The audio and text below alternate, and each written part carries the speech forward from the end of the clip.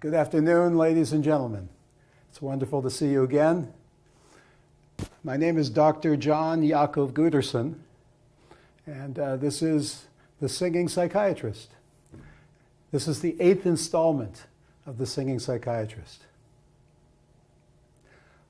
A winter's day in a deep and dark December, I am alone. Alone. I'm all alone. That's what many people go through, feeling alone. How do you deal with when you feel alone? What do you do?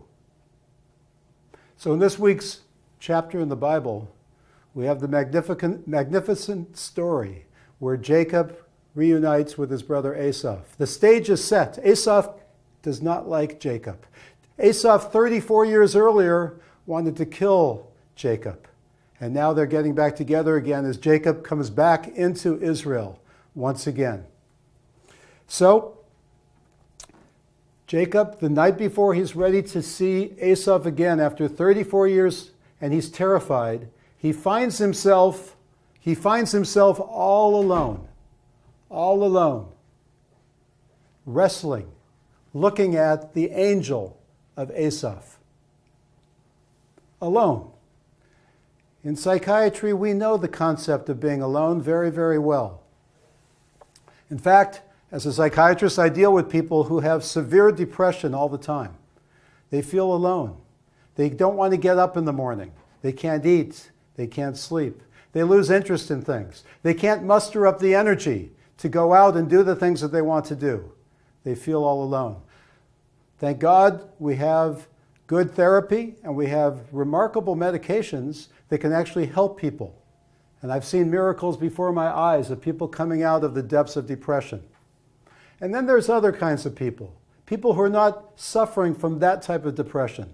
People who are having things that happened in their life. They lost a spouse. Sadly, they were abandoned, or they were abused, or maybe they weren't nurtured properly, especially when they were young. What happens to those people when they're feeling all alone?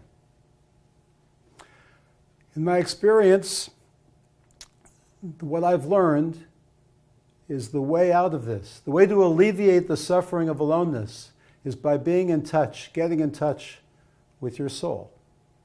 By getting in touch with your soul, somebody who truly taps into their soul can really never be alone, no matter what. You know, God, it says at the very beginning with Adam and Eve, he blew into the nostrils of Adam and Eve, blew in from his own breath. We all have a soul inside of us, so we have to tap into that soul. And then we really will never be alone.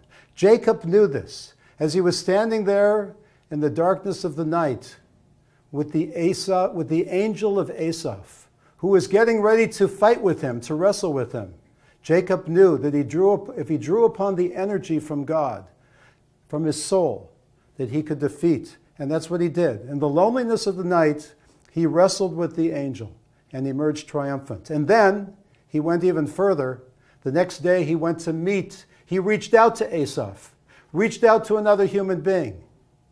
And that, my friends, is the recipe.